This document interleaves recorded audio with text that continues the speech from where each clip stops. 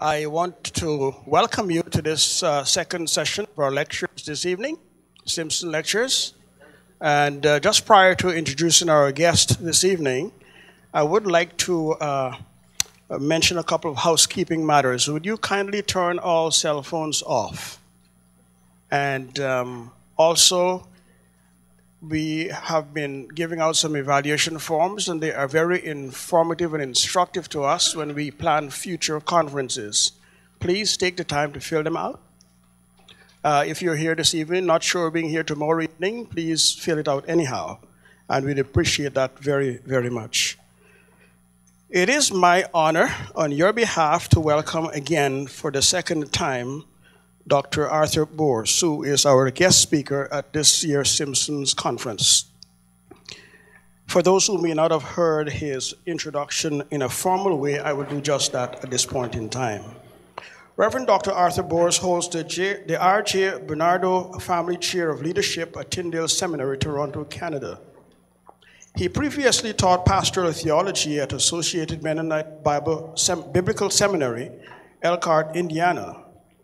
He served for over 16 years as a pastor in rural, urban, and church planting settings in USA and Canada. His latest book is Living into Focus, Choosing What Matters in an Age of Distraction, Brazos, 2011. The Way is Made by Walking, a pilgrimage along the Camino de Santiago, InterVarsity, 2007. This book particularly reflects on an 800-kilometer pilgrimage that he walked in Spain. And you and I may have heard some of that last evening if you were here. His other books include Never Call Them Jerks, Healthy Responses to Difficult Behavior, Day by Day, These Things We Pray, Uncovering Ancient Rhythms of Prayer, Lord, Teach Us to Pray, A New Look at the Lord's Prayer. He is co-editor of Take Our Moments and Our Days, an Anabaptist Prayer Book, Volumes 1 and 2. He is the book review editor for Conrad Grebel Review. For many years, he served as columnist and editorial advisor for Christian Ministry and The Builder.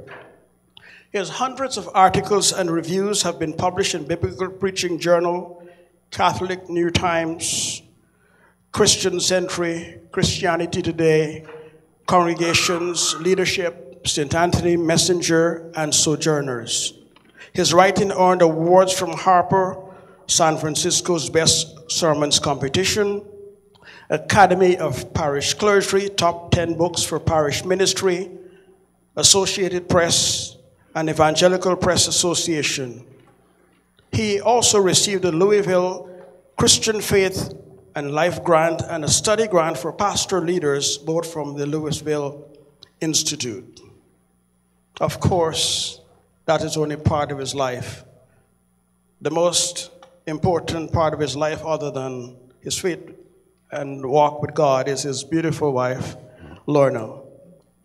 I've had the personal experience of enjoying their gracious presence last evening at a dinner, and was excited to know how small the world is and how exciting a place it is. We have mutual friends, and couldn't imagine coming from that distance and knowing the same folk. And also, I have the joy of knowing that he is connected with Guyana. Have some Guyanese in his congregation. Great folk, aren't they? Absolutely. Amen. This evening, it is my joy also to say I share that common interest and resonance with him in the area of practical spirituality. Let us now once more welcome God's servant among us, Dr. Arthur Boers. Would you please welcome him?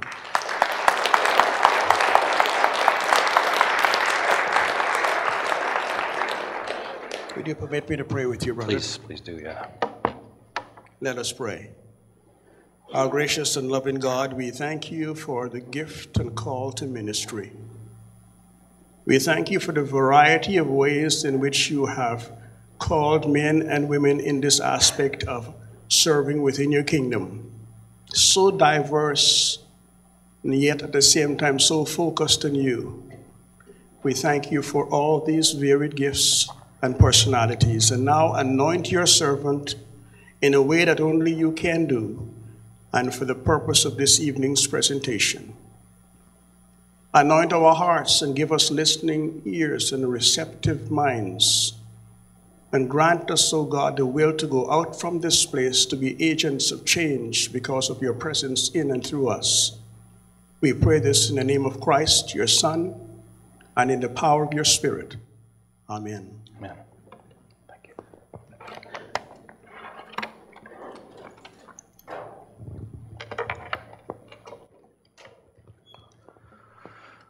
Well, good evening. It's a pleasure to be with you again today, and I've been enjoying my time here at Acadia and appreciating the hospitality of this institution. Is the volume right on this? Okay, sounds loud to me, yeah? So I've been really grateful to be here and to have conversations about some things about which I'm concerned. Before I came here, I told colleagues at Tyndale that I was coming here, and they were quite excited because a lot of our faculty are Baptists, and even more of our administrators actually are Baptists, and most of them are, in case you're worried, the right kind of Baptists. Tyndale, the student body, is quite a diverse body. We have over 40 different denominations represented in the student body, everything from independent storefront Pentecostals to Ethiopian Orthodox and Coptic Orthodox. We had 2 Coptic Orthodox priests graduate a year or 2 ago from Tyndale, and I've had some Coptic Orthodox and Ethiopian Orthodox students, if you can imagine, just in the last few months. So the student body's diverse, but the faculty and administration aren't really that diverse. The 2 biggest cohorts are, that sounds nice to me, the 2 biggest cohorts are Baptist and Anglican. So as I was coming here, we talked about that a little bit, and I said, hey, listen, what's the difference between Baptists and Anglicans? Do you know what the difference is between Baptists and Anglicans? Any idea about that? The answer that I got was that the difference between the Baptists and the Anglicans is that if you run into an Anglican in the liquor store, they'll say hello to you.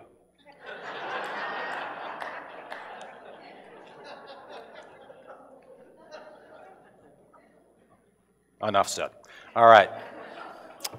Well, it was the kind of summer day that I liked the best. I'd gotten up early, and I was taking the dog for a 7-kilometer jaunt, and although it was July, the humidity was not yet thick. The sun shone in a brightly blue sky. A gentle breeze ruffled the dog's fur. Bulky white clouds inspired the imagination as they trailed far above. And only a very few people were up yet, and all that I could hear that morning were birds singing in the trees. The world was still and inviting, and the dog and I were glad to be out and about, breathing fresh, clear air deeply into our lungs. A white 4-door car pulled to the curb nearby, and in it was a young man in an olive green service uniform and cap. It was a few minutes before the hour, a few minutes before 7, and I assumed that he had an appointment in a house nearby and was waiting until the proper time before he could ring at the doorbell. In the meantime, he left his car running. His windows were rolled up tightly, and the air conditioning was already going in his vehicle. As I walked by, I could hear a popular radio station playing loudly from inside. Then another identical white 4-door sedan pulled to the curb right behind the first. In it was a young man in the same uniform and the same hat as the other fellow, obviously a coworker. He too elected to wait in his car. Once again, I could hear his engine purring. His windows were closed. He preferred mechanized cool air as well. As I passed the vehicle, I could hear that he was listening to the radio, to the very same station as his coworker. Each sat in his vehicle with windows closed, running engines and consuming gas to supply air conditioning 20 feet apart, and having the same musical tastes, preferred staying in their car cocoons and listening alone to the same broadcast. They had no idea what a lovely day, fresh air, cool breeze, sounds of nature they were missing, and perhaps they did not care. They were oblivious to each other and to their surroundings. They preferred the manufactured consolations of machinery. There is much enthusiastic commentary these days about how technology can form new kinds of communities. Here, there were two young men with much in common: clothes, occupation, aversion to morning air, appreciation for a particular radio station, and they relied on the identical technology: white automobiles, air conditioning, and radios. But they used their devices in such a way that they cut themselves off from each other. A BlackBerry commercial urged some time ago, connect to everything you love in a bold new way. But as Stephen Talbot has written, technologies for bringing people together do not necessarily bring people together. There was a Sprint television ad some time ago that showed three skiers trapped on a chairlift, and they look at each other for a nanosecond, and they show discomfort at their situation, and then each of them pulls out their phones. Carl, we're told, searches for new apps and ends up playing a virtual skiing game. Candace mixes business with pleasure by texting, and Rose gets updated on her sleek and slim Palm Pixie. At a clergy meeting a little over a year ago, the subject of virtual baptisms came up.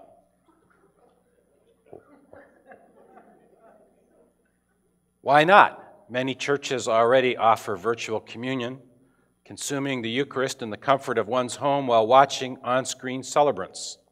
And so we clergy viewed a baptismal ceremony. A pastor was Skyped to a candidate in another state who was dunked by a friend in her bathtub at home. A colleague and I raised questions, citing concerns about community, incarnation, and sacrament, and we were asked whether we were spiritual Luddites. I long for careful, discerning discussions about technology among Christians. These kind of discussions are starting to happen in the wider world, but so far the church has been largely absent. Aside from arguments about PowerPoint, cell phones in worship, or internet porn. All of them are important matters, but they're not usefully explored if we don't understand some deeper dynamics about how we're often affected in the ways that we engage and use technology. And I'd like to suggest to you tonight that there are 6 areas for discernment when it comes to choosing to employ technology. 6 areas, and they are as follows. The first area that concerns me when it comes to technology has to do with attention and awareness. And I think we need to ask ourselves, how does technology affect our capacity to pay attention, to dwell, to listen, to be aware? William McNamara once said that contemplative prayer is to take a long, loving look at the real.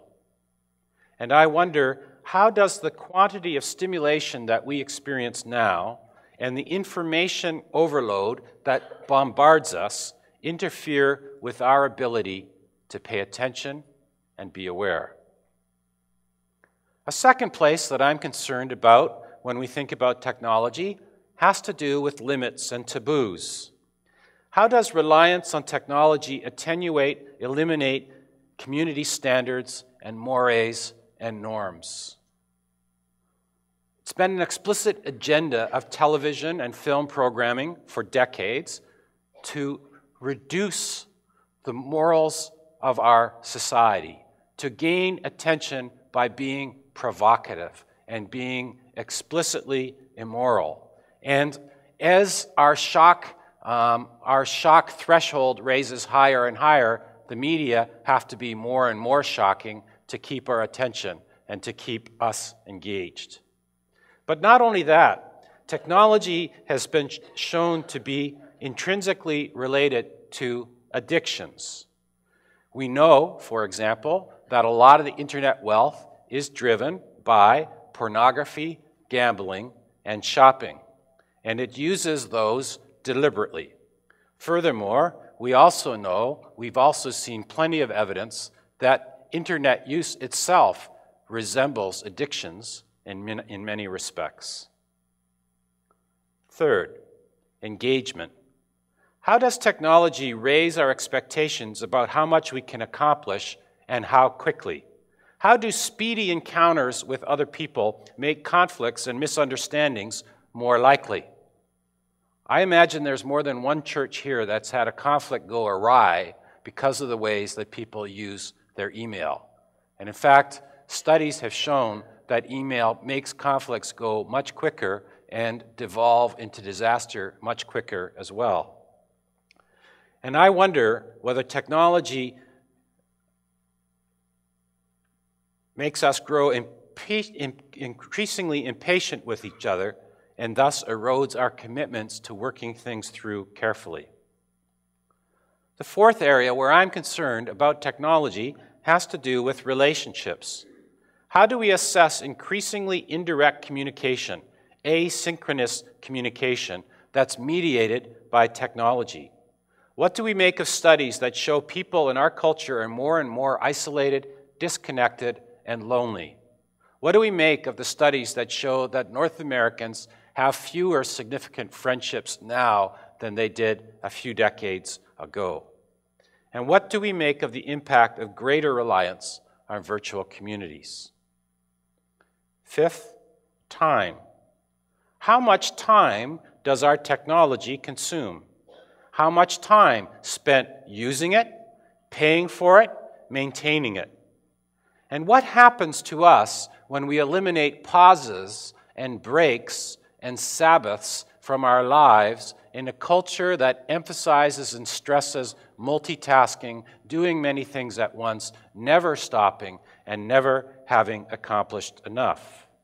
How does technology affect our perception of time? And sixth and finally, I'm concerned about how our engagement with technology affects our experience with space and changes our understanding of distance. What is the impact of technology's emphasis on the distant, prioritizing the distant over the nearby? How is technology related to the growing local ugliness, the geography of nowhere and non-places that all of us experience? And what are the implications of disconnecting meaningful presence, incarnation, from the location of our bodies? Now, you may have noticed that these 6 areas that I named, attention, limits, engagement, relationships, time, and space, form an acronym. I think Baptists like acronyms, don't you? I'm the first to admit that I'm a little reluctant to use an acronym, but in this case, I believe that this acronym can be useful. ALERTS is the acronym. And alertness is a key stance in our daily life. Being awake and watchful, paying attention, are attitudes that we already teach our children when they're small. Look both ways before crossing the street. And being alert and paying attention is also a significant stance in the Christian understandings of how we are to live and pray. And we might think, for example, of the biblical texts and themes associated with the liturgical season of Advent. And I want to suggest to you tonight that there is a very familiar form of technology that teaches us important things about alertness. And it comes from the traffic signal. As children, we already knew how to color the traffic signals, and we knew what they meant: red, yellow, and green. Red and green are the clearest signals. They unambiguously tell us that we must stop or we may go. And if we get those signals wrong, other drivers with horns and hands, voices and fingers remind us of the correct behavior. Or if our incorrect actions are observed by police officers, we risk getting fines and demerit points. But you know, the most interesting signal, the most intriguing signal, is the yellow light, because the yellow light is a call to pay attention. Unlike the other signals, the yellow light is a call to pay attention and to exercise discernment, to exercise judgment. Do I stop or do I proceed? Now, I just have to say parenthetically, I used to live in Chicago, and there the yellow light meant go for it. But in the civilized world, it's a call to discernment. And sensible drivers see the yellow light, and they need to make a careful decision. Is there time to get through the intersection, or is the light about to turn red immediately? Are the roads dry enough to stop that I can brake safely, or will an abrupt change of speed send me skidding on rain, slush, or ice? Are there cars behind me moving too quickly for them to stop if I halt mine? What are the cars immediately in front of me doing? And so there are all kinds of questions. It's actually, you're making a fairly sophisticated decision in the moment when you approach a yellow light. A yellow light is always a call to pay attention, to make a choice, and to make a deliberate decision. There is no clear, simple rule for how one ought to behave at all times, or for what choice or decision one always needs to make when one sees a yellow light. There is no solution that's always correct or always incorrect. And I think that dealing with technology is like paying attention to yellow lights. I know people with good reasons for refusing to drive and refusing to own a car, and others in good conscience who have several vehicles. I live without a cell phone, and I consider this a wise choice for myself. But my wife uses a cell phone with good purpose. Some believers that I admire have never owned a television, but others make wise use of their TVs. There are no clear do's and don'ts here, no absolute rights and wrongs. Or as I like to say, TV or not TV is not the question. But just because there are good choices does not mean that the choices are unimportant, and it does not mean that all options are equal. I once miscalculated a left-hand turn on a yellow light, and not only was my car totaled, but I was fined and earned demerits as well. The stakes can be high if your discernment gets messed up. Jesus commanded his followers to be both as clever as serpents and as innocent as doves. And I think we need both attributes when we think about how we use and how we choose technology. Questions are needed for us to ask each other, to find ways of living well, to learn how to live the good life, to learn how to live the abundant life. Bruce Cockburn sings, "I've never lived with balance, though I've always liked the notion. Everywhere we turn, there is a prevailing sense in our culture of being too busy, of having too much to do, of being tugged off balance, of not having enough time for the things that matter most and the priorities that really count. I meet up with a lot of people who are unhappy, stressed, depressed, who eat poorly and do not get enough exercise. And some weeks I feel that at least half the people who are important to me are on various medications just to cope with the daily realities. It is hard to understand how this can be so in a culture that boasts of being the most affluent, not to mention the most knowledgeable and smartest and technologically advanced in the history of the world. We often make choices that in fact are counterproductive to the happiness we long to have. Study after study has shown that depression is exacerbated by the following kinds of factors: commuting in your car, watching television, spending time online, being cut off from nature, not having enough friendships, and living out of sync with one's natural and biological rhythms. It's no wonder, then, that so many feel compelled to pursue better living through pharmaceuticals. Something's not working. Labor-saving devices make us busier. The faster computers go, the more time we spend with them and on them. The more we improve our cars and highways, the farther we drive and the more money we spend on them. Email speeds communication, but eats up increasing amounts of our time. And this was not the future that was predicted for us not so very long ago.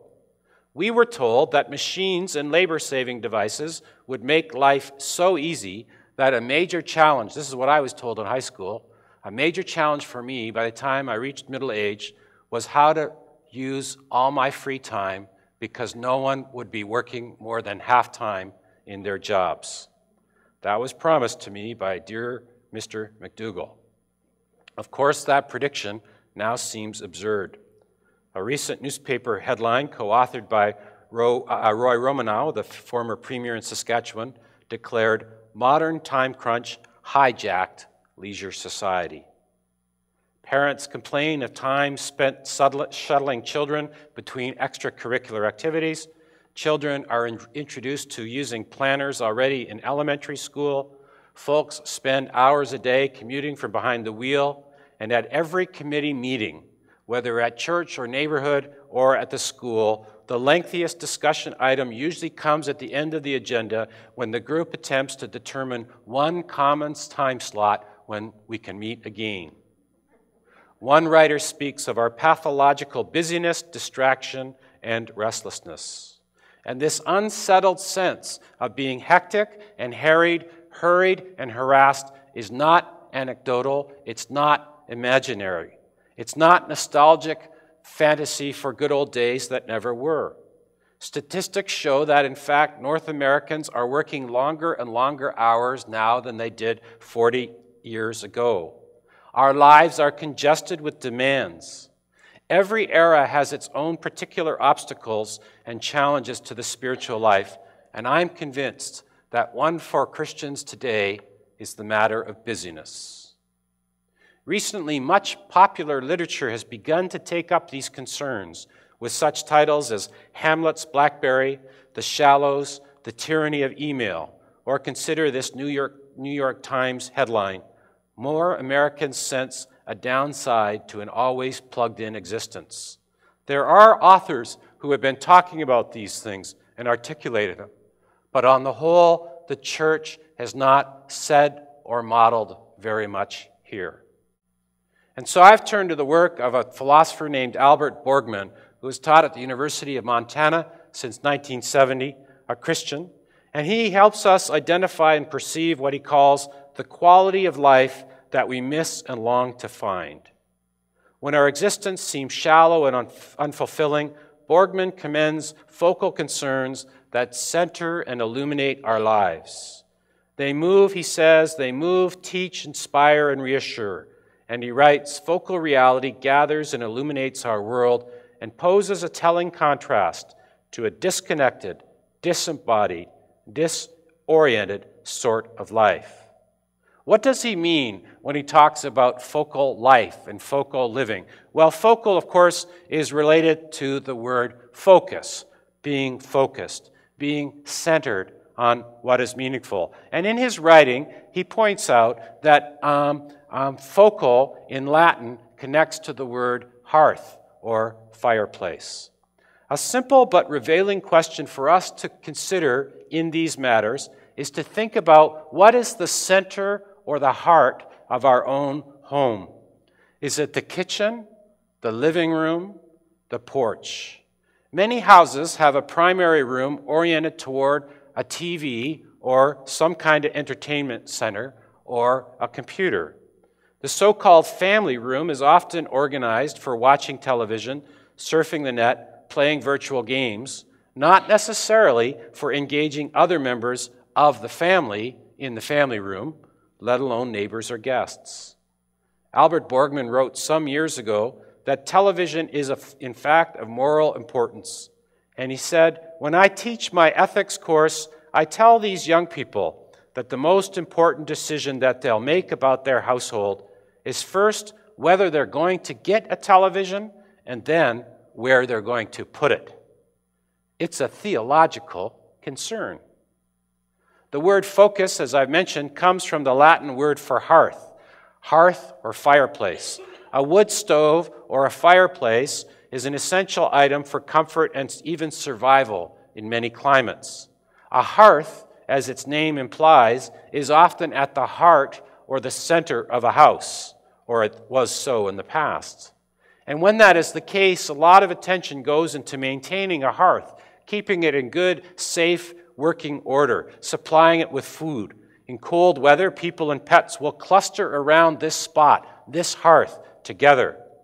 When our family used to go to a cottage in eastern Ontario and our children were small, my children loved it when I would make a fire in the morning and they would take their tea and gather around the hearth. Those are among some of their happiest memories. And even now, when we don't necessarily use our fireplaces, we still have a sense that there's something significant, if not sacred, about them. A friend of mine lived in a small inner-city Chicago apartment with a fireplace that no longer functioned. But he put special objects on the mantel, a piece of art, pottery, a lovely feather, a fetching rock. He put it there on the mantel and he called it his altar. The symbolic power of such places is still so compelling that many houses now are outfitted with gas-fed fireplaces to draw people cozily together in front of the flames. One can also get, if you're really desperate, DVDs or programs to turn your computer screens or television sets into mock fireplaces. They're especially popular around Christmas time. Lorna and I visited Albert and his late wife Nancy Boardman in their chalet-style home a few years ago where they lived for decades, a house that's perched on a mountainside above the Rattlesnake Wilderness area just outside Missoula and overlooking several mountain ranges. Although Boardman did not design the house, it was easy for me to see what one of the immediate attractions was.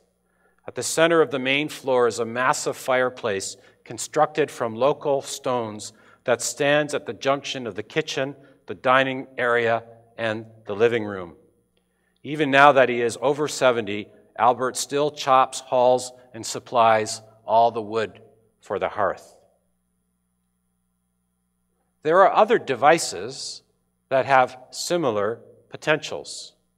When I walked the Camino de Santiago in Spain, having enough water, as you can imagine, in the heat was a priority, but it was almost never a worry, because every little village that we passed through, no matter how small, had a water fountain in a prominent place. Usually, almost always, the water was drinkable.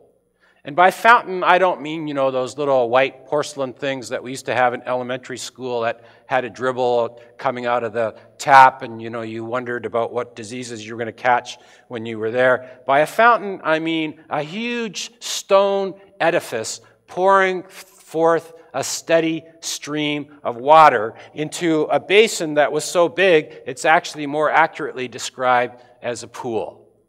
That was the kind of fountain that you had. These were tall structures 6 or more feet high, fed, I suppose, by local springs. And in the basin, you could cool your feet or wash your clothes, which I did on occasion as well. Those fountains had other purposes as well. They drew people together. So we pilgrims, for example, gathered at the fountains for a break, where snacks were shared, counsel and offered about the route ahead, blisters were tended, faces and feet were rinsed and cooled, encouragement was offered to one another, maps were compared, and routes discussed. And whenever you discussed routes, by the way, there was one prevailing concern. If your maps disagreed with each other, you tried to figure out whose map had the shorter route. That was the priority. These fountains, though, were not only crucial to us, they obviously were important to village life as well. We saw elderly men sitting nearby as they did day after day, swapping news and gossiping, visiting and holding court together. And if you think about it, you know a little bit about wells and fountains. As a child already, I noticed how many Bible stories took place beside wells. And I assumed as a child that this was all just a curious coincidence. But crucial events in Hagar's life happened near a well. Abraham's servants conflict with another group over a well, and future wives were met at such locations. For example, Rachel and Zipporah.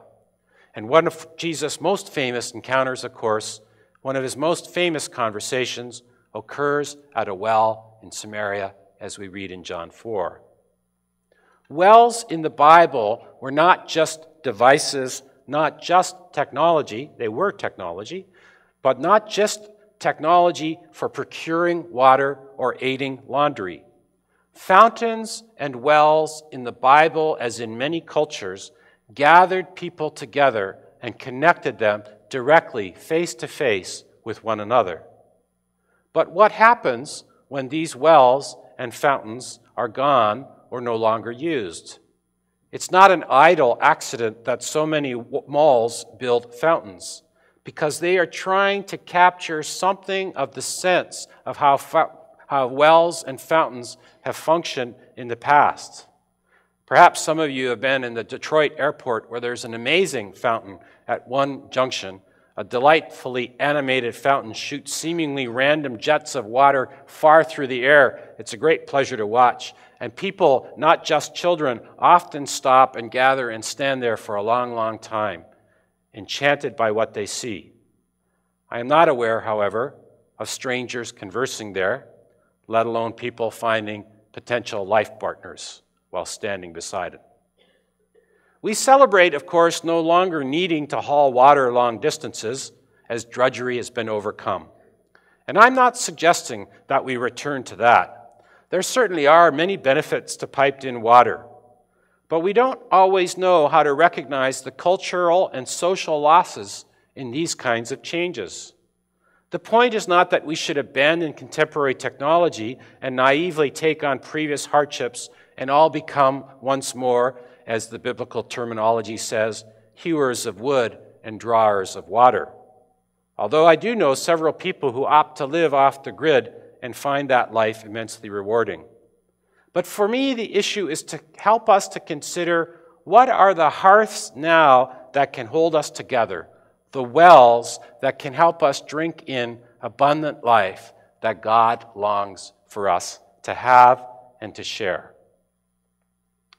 Every once in a while, I've seen a billboard that boasts, "The family that prays together stays together." I'm always leery when I see this one.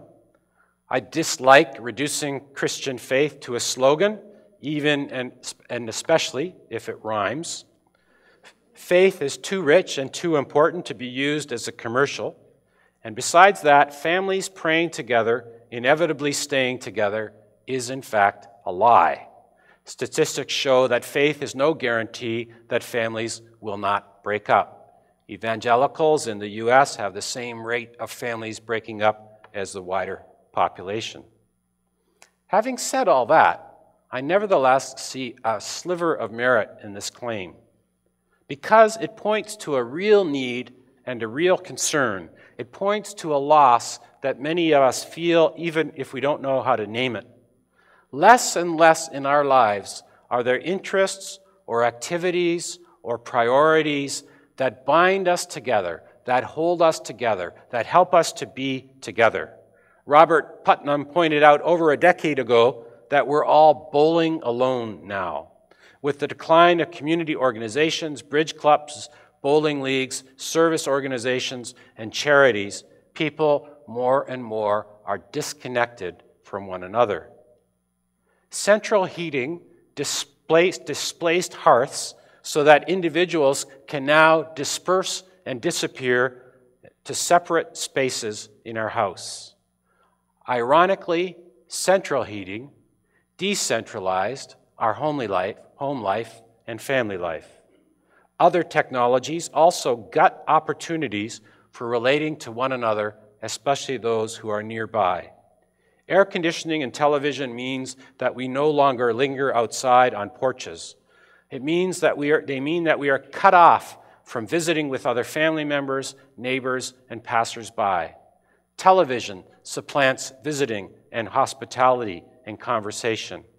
As a pastor visiting folks, I often had to ask people to turn off their television as we tried to talk.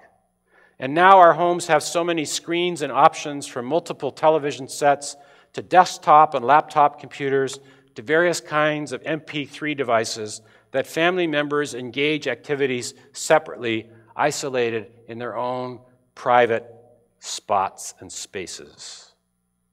And this is why Albert Boardman has put so much stress on the importance of family meals.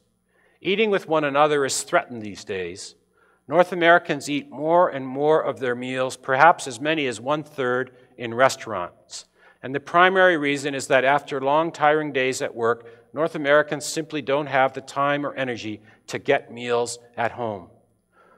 They eat more and more of their meals while driving in cars. Food is designed to be eaten in cars, and cars are designed so that we can eat in them while we drive. Or they eat food by themselves at home. It's increasingly common that even though people are in the house, the same house, they grab their food separately, independently, nuke it, and eat it quickly by themselves. Albert Boardman has said that abortion is bad, divorce is bad, but not eating meals together is worse. It's a much more important issue. What now holds a promise or potential of helping families or friends, communities or neighborhoods grow together? Boardman, as I've told you, has recommended commitment to focal practices, focal things, and focal places. Focal living does not need to be about huge endeavors and initiatives. The activities suggested by this theory are quite simple: eating meals together, sharing tea, playing board games, making live music in a group, hosting neighbors, exercising hospitality, hiking, cooking, reading together, gardening. All of these are small, normal, easily achieved. But small things matter, and these small things are being threatened with displacement and disappearance. Now that our children are grown and out of the house, and we look back, Lorna and I together, and Lorna and I with them, and name the best memories of their childhood, some of them indeed are once-in-a-lifetime events and experiences, especially of taking them to the homelands of their grandparents, Scotland and the Netherlands. Yet we also recall many mundane and daily occurrences: eating meals, conversing over tea, going to the playground, hiking as a family, entertaining guests, hosting visitors from overseas. Those small, prosaic practices stitched us together as a family and formed each of our characters. They were convivial and life-giving, and our adult children have continued these practices in their own life. The point about talking about focal priorities is not to be prescriptive, not to be legalistic, not to make rules. This is not about oughts or shoulds. There are many ways of living out and honoring focal priorities. But seeing how others live out these kinds of commitments can be suggestive and disclosive and life-giving. As you pay attention to the focal practices of others, you realize, I do that already, or I could do that, or maybe that reminds me of doing something else that's achievable. I brought together one year a group of pastors and theologians to consult with Albert Boardman, and at the end of the consultation, one of my friends, a pastor of a suburban Mennonite congregation, said, "You know what?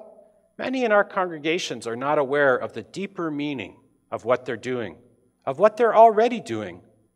One of the gifts we can give is to show them this is significant. Instead of saying, why don't you do this? Why don't you do that? We take the things that they're already doing and talk about why they're so meaningful, and talk about how they're making space in lives for what the good life really is, and use that as an opportunity to talk about deepening the good life. It's already happening here, but let's do it more, and hopefully draw in others who haven't made this space yet in their lives. In good pastoral style, my friend, Pastor Todd, celebrates the positive things already happening among his congregants, and this is an option for most of us as well. One year I interviewed a dozen people about their focal practices, people who were devoted to baking or quilting or bird watching or woodworking or endurance horse riding or carpentry or letter writing, and on and on. These were regular folks, and they were gifted in their particular passion, but they were not necessarily famous. And most of their focal practices are things that I could never do, I don't have the same skills, or frankly, would never do. But I recognized that their activities and commitments were significant and important to these good folks that I talked to, and I wanted to learn more about how such priorities help them. I learned a lot from them. One was that discussing one focal practice often led to discussing other focal practices. When I spoke to our neighbors Leroy and Winifred about their devotion to gardening, our conversation also moved easily, quickly, and naturally to their family memories of cooking, hospitality, quilting, photography, woodworking, and picture framing. Those activities are all related. Focal practices resonate with each other. And the second thing that struck me as I talked to these people was that they were all surprised that I wanted to talk to them. Part of it was because they're Mennonites, and so they're congenitally humble. And part of it was because I said I wanted to talk to them about their passions, and Mennonites don't like the word passion. But these salt-of-the-earth people wondered why I would be interested in their simple practices of letter writing, carpentry, quilting, or what have you.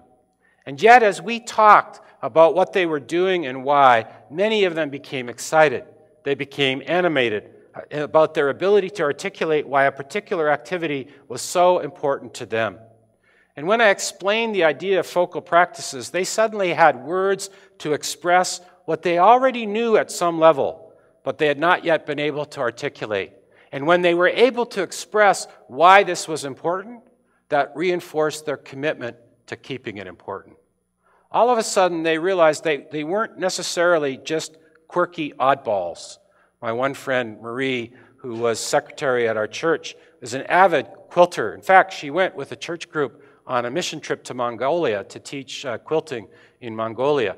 Marie was a person who would never talk in church, but she was our church secretary. She's a wonderful woman. And her one sister could never understand why Marie was so devoted to quilting and would talk about Marie being in a cult of quilters. And in conversation with Marie, between Marie and me, Marie realized it's not a cult and it's worth celebrating. It's something, well, she's a Mennonite, so she couldn't be proud of it, but it's something worth esteeming. My investigation was much more modest this time, visiting all these people. It was more modest than walking an 800-kilometer Camino, but it was also one that is more immediately relevant to most people that I know.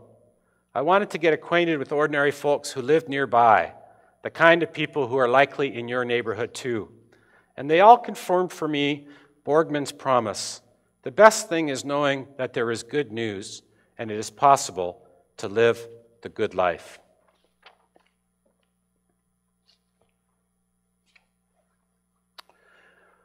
Neither Lorna nor I are do-it-yourselfers, and neither of us are handy when it comes to repair.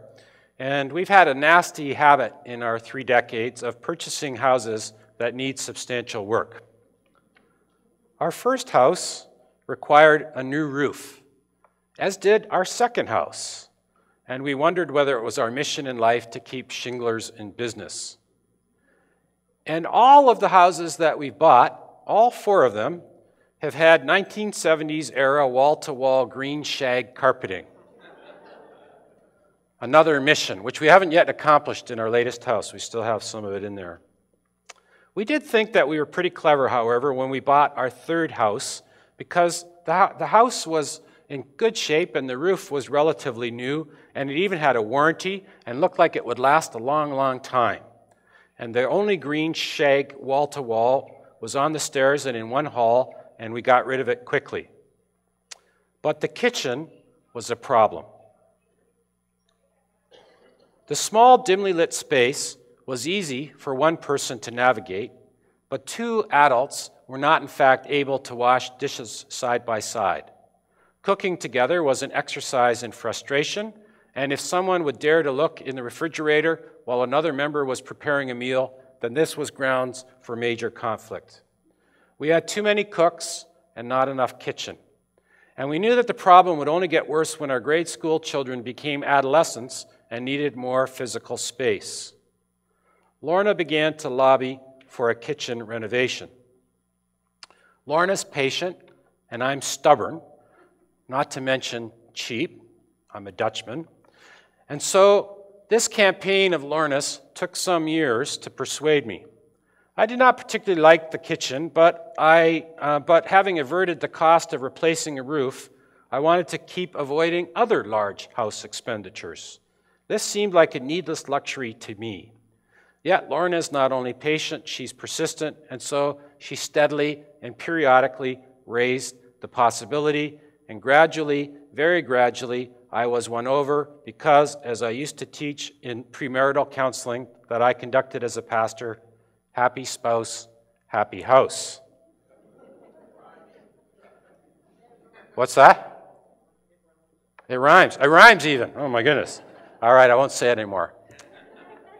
With the help of a craftsman and contractor from our church, we came up with a plan that changed not just the kitchen, but our house, and this is what caught me off guard, our family life. We expanded the tiny workspace to include an adjoining room that until then had functioned as little more than a glorified hallway with a piano and storage capacity.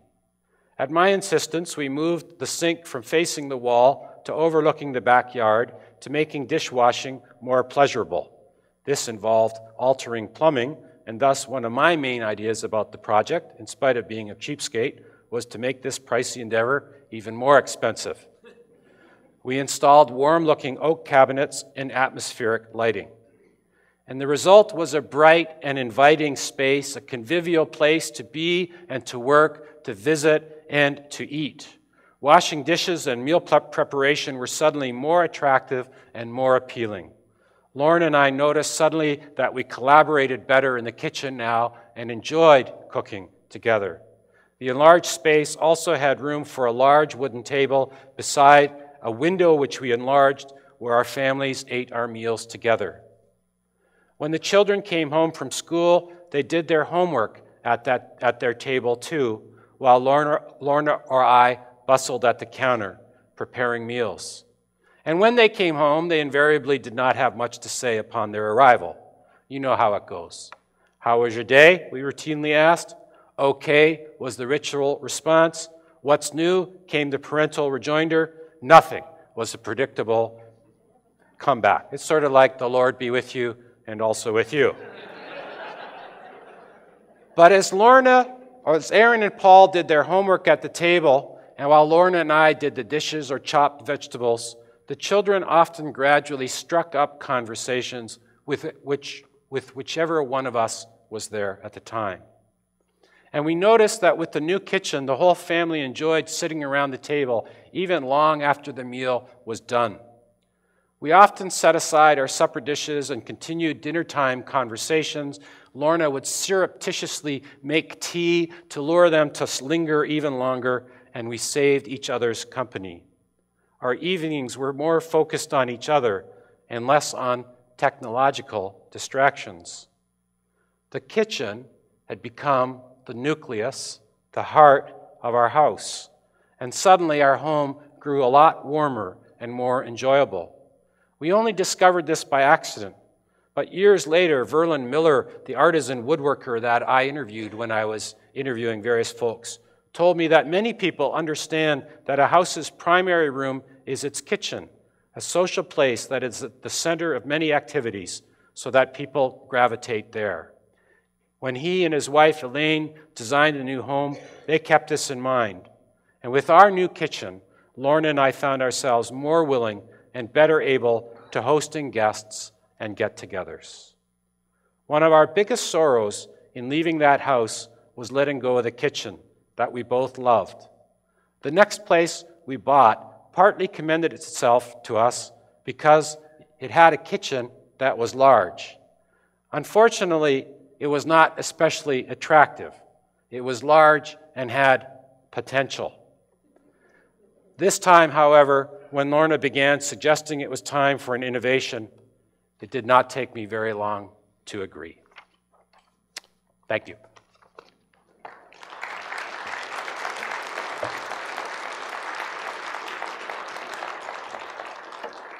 My pleasure. I truly appreciate the delightful way and innovative way in which you give your lectures.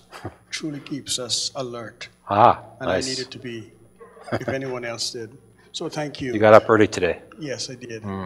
We are ready to have some questions, entertain some questions. There are mics available, and Danny has asked me to let you know that we will really be happy if you can speak directly into the mic when you come for the questions, because they are being recorded for the entire lecture. So are there any questions? Please come to the mic.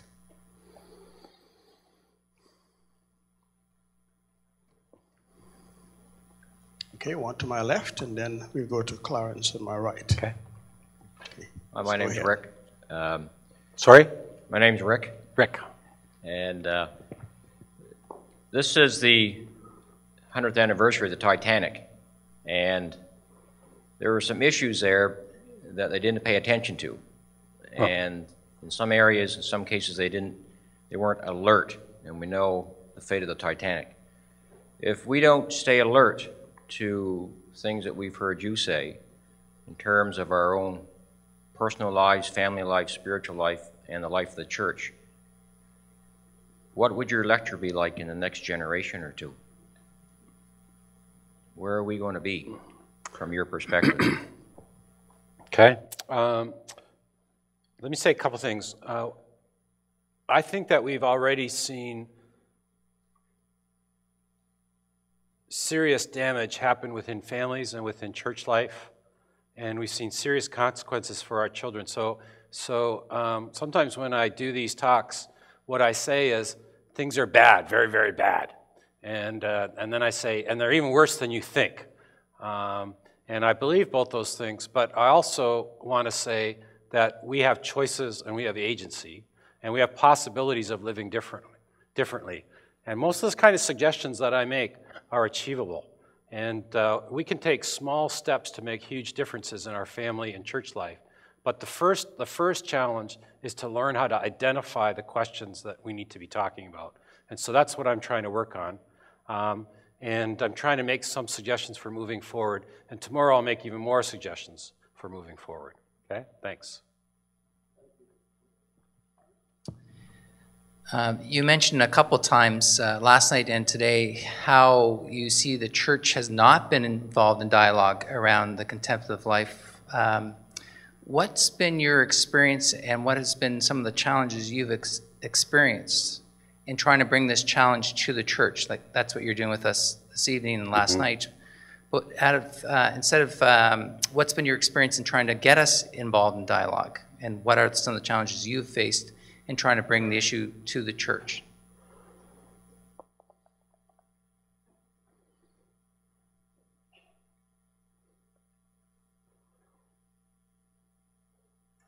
One of the things that strikes me, Clarence, is that I think in a culture that keeps us busy and makes demands on us, that the church often aggravates the problem.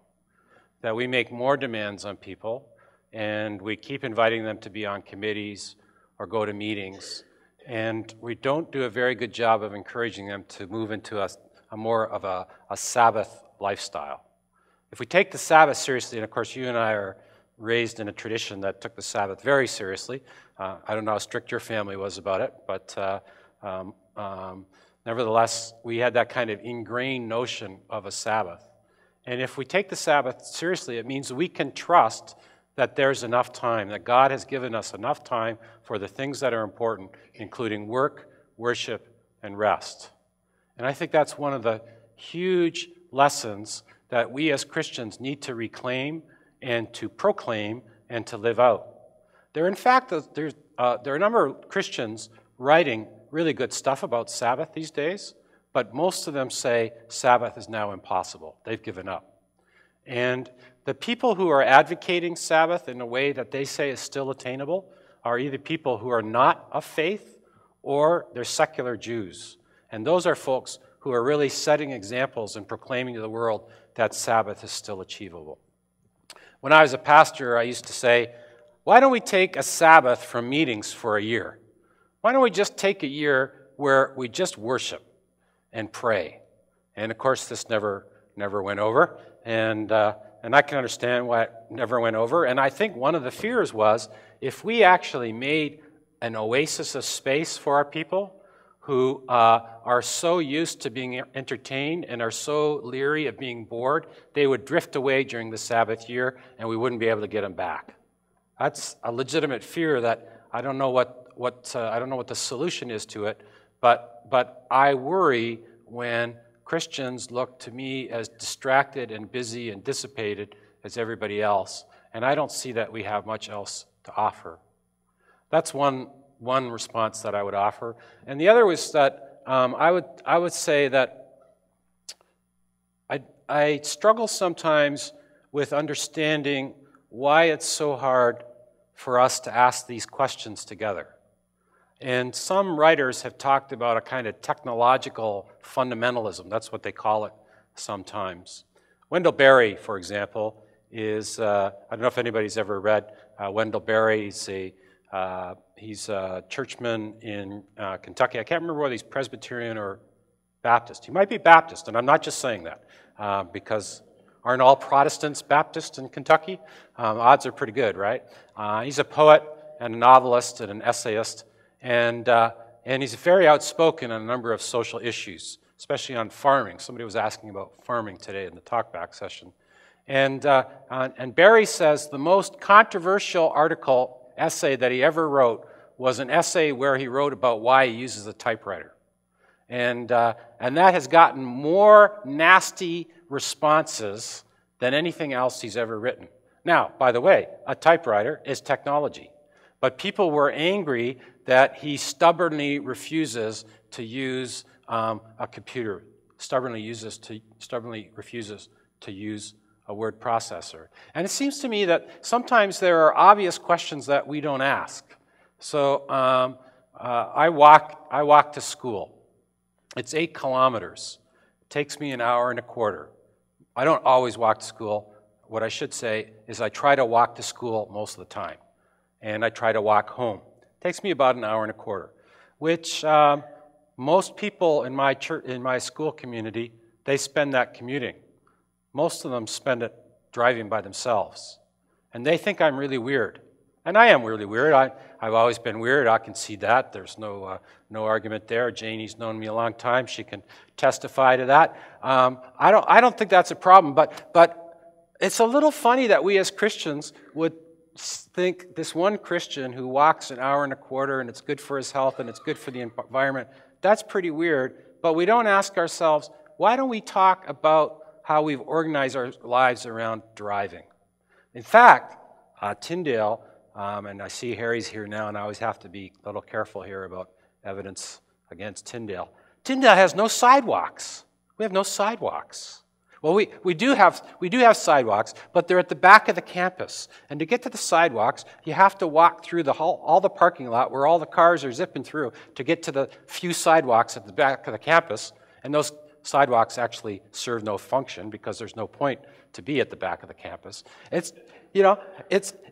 That campus has been designed for cars.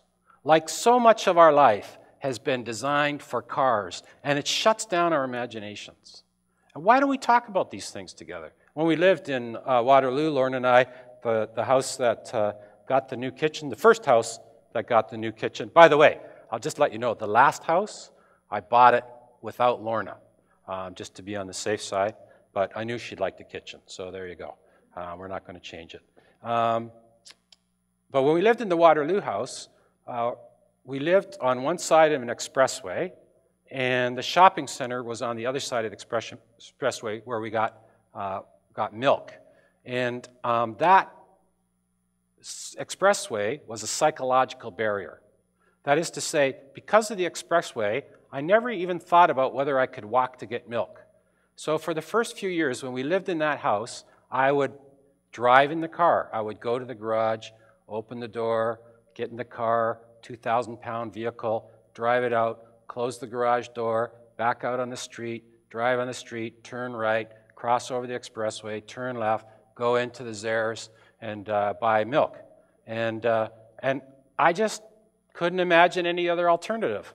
And one day I thought, I wonder how long it would take me to walk to buy milk. And so I did it, and you know how long it took me? 10 minutes. 10 minutes in each direction. Actually, not much longer than it took to drive, and a lot healthier. And there's just something about how we arrange our societies, our houses, our buildings, our properties, that it shuts down our imaginations. And I long for Christians to think more imaginatively and creatively together about different kinds of possibilities. Thanks. Thank you, Dr. Boers. Heather? Great. I really appreciate your talk, but there's a couple of things that disturb me a bit. First of all, you have almost a suspicion of technology, and I think that that you're painting it in a very, very negative way, and I think that technology has actually done a lot of things that, like in the last 2 years, I've been taking online courses, and I have, through that, I'm now taking lectures with Christopher Peterson, who's one of the, a leading person in positive psychology, a psychologist, and he's giving lectures in, I don't know where he's lecturing from, and I would never, and in the class are 100 people from 14 different countries, and I think that is amazing, like that possibility exists, and that would not be happening without technology, and I wouldn't have heard about it without technology either, and so I think that this kind of suspicion, that it's all bad and things like that, there is a lot of things that are happening. And maybe another thing that bothers me too is that, well, one thing is that in the Maritimes, we've known the value of kitchens for a long time. Right? I'm just a slow learner. Yeah. And like that's where all the parties end up going, is the kitchen. And that's particularly common. But I just think that maybe Christians need to be looking at how we can use technology, and I mean, it's not going to go away. Right. Like it's here to stay. And rather than saying, oh gosh, we got to put away our TVs, and we can't have this and that, and no iPhones, and that we can say, okay, that's here. How are we going to use it? And like we had a meeting tonight, and I thought, you know what, why don't we have a Facebook group? And this is, if we're trying to reach the youth, this is where the youth are. They're on Facebook. They have their 1,000 friends or whatever on Facebook. And we can dispute whether they're really friends or not, but it doesn't matter. They're there. And so let's use that and not just be suspicious of it. And that's why, and so I'm just thinking about, rather than talk about all the problems with modern technology, I was wondering about maybe shaping your talk to how can we use it? How can the Christian church use it? Good. Well, thank you. And your name is? Heather. Sorry? It's Heather. Heather. Okay, yes. Thanks, Heather. So let me make a couple of responses. One, if I've communicated a message that technology is all bad or evil or wrong, then I've not communicated what I'm trying to communicate. I've tried to say several times that there are many benefits to technology, and we're deeply grateful on many different counts for technology. And this event tonight couldn't happen without technology. No human culture or civilization is possible without technology. So technology does indeed have many good things to offer, and we need to be appropriately grateful. There's no question about that. So I completely agree with you about that, and so I want to celebrate that. A second thing that I would observe is that we do, in fact, live in a culture that tells us all kinds of good things about technology and celebrates technology and worships technology even. We have this gee whiz factor that we're just we're awestruck by our gadgets. And so there are plenty of people who tell us about all the benefits of technology, and that's useful. It's also important to raise some cautions and ask some questions. And that's the kind of mission that I want to pursue. But the third thing is again, exactly the thing that you're saying, and that is that the issue is not technology, whether it's good or bad or not. The issue is not whether or not we use technology. Those are not the issues as I see them. For me, the issue is what's at the center of our lives and what determines our priorities. And if we get that straight, and if we get that clear, then we invite technology to serve those priorities rather than technology itself determining the priorities. If we go along unconsciously, technology will dictate the priorities for us, of how we should spend our time, of where we should be, of how much we should accomplish. That's my fear, that's my worry, that we live that way too often. All the people that I interviewed who had focal practices that I admired, they all used technology to support their practice. Some of them used very sophisticated technology, and I admired that because they knew what they wanted to achieve, they knew what they wanted to prioritize, and then they invited the technology to support it. So what I want to say, Heather, is that it's the focal priorities that come first, and then the technology backs it up and supports it. I couldn't be with you, I couldn't speak with you in this way without technology. It's because Acadia has a commitment to a certain kind of education and ongoing conversation, and because I have a similar commitment that, you know, Harry and Evelyn and I did email communication and phone communication, and I flew in here on a plane, and, you know, I'm using amplification right now, and there are lights, and that's because we figured out what the priorities are, and we're using the technology to support our priorities. That's what I'm asking for. Hope that's helpful. One other thing about that is that a lot of the young people nowadays, people that are in their 20s and so are, it's becoming very, very, very important to a lot of people that they want a simpler life. They want to be able to walk and bike to work. They want to have recycle things and reuse things, and it's becoming a really, really big thing to have a sustainable life. And so I think that it's those sort of things are very, very important, and being able to walk to your workplace or walk to, I mean, and there is a kind of a movement against cars and driving place and thing, and I mean there is that coming up, particularly in a lot of younger people, and so I think that Christians have to be more responsible too, and I think that there's a call to do that. And another thing, I was thinking last night about this as well, is this whole idea about spiritual, not religious.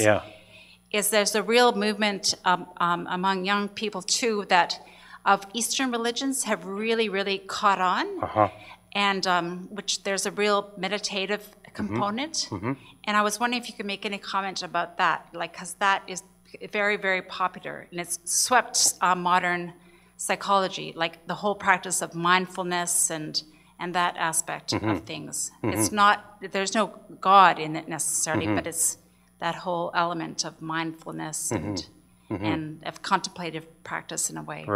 Right. Yeah, I don't think I have a lot to say about Eastern religions because I don't know a lot about Eastern religions, but I do think, as I said before, that I think there is clearly a deep religious and spiritual hunger in our culture, and that if we as Christians don't respond to that hunger and longing, people will go elsewhere. So they'll go to Eastern religions, or they'll go to New Age religions, or whatever. They'll look elsewhere, and I'm afraid that we Christians have not done a good job of responding to those yearnings. It reminds me actually of another thing that, just to say about technology, in response to, I'm still thinking about some of the good points you raised with your first question. And one time Lauren and I were in a restaurant, and we saw something that you always see in a restaurant now. You see a couple at a table who look like they're there on a date, and one or both of them are involved with, whatever machine that they brought along, right? We've all seen that. I just saw it on Saturday in Halifax when I went out to eat with somebody. And I see it every time in the restaurant. And so Lauren and I were eating in a restaurant that we liked, Jerusalem restaurant in Toronto, and we were leaving and somebody was doing it. And I was just about to go into a rant that Lorna, of course, has never heard before. And Lorna said, Arthur, people are just desperate to connect. They're desperately lonely. And you know, that was precisely the right pastoral intervention that she made with her husband, because I think one of the things we have to ask is, what is the longing behind this kind of behavior? What are people missing? What are they wanting? And if I just go off on a rant about how they deal with what they're missing or what they're longing for, I'm going to miss the point. And you know, I knew that as a pastor. And I think we need to remind ourselves of that a lot. What is the longing in our culture that people are asking us to meet? And that if we can find some way of addressing it and some way of living differently, we might offer the promise of enjoying the benefits and blessings of the abundant life in our day and age now already. We might offer that kind of liberation to other people. That's what I hope for. Thank you very much, Heather. One final point. Just a minute, please. I need to see whether there's some others. And if no one else, then I'll give you another opportunity. Is there anyone else who has a question? Hi, my name is Chuck. Hi, Chuck. I spent 25 years in information technology, and the last 10 years with the same growing sense of this isn't going in the right direction. I think history proves out that you're correct, that we allow our technology to run our lives rather than letting our technology support and build up our lives. Who is talking about the why behind it? You mentioned desperation.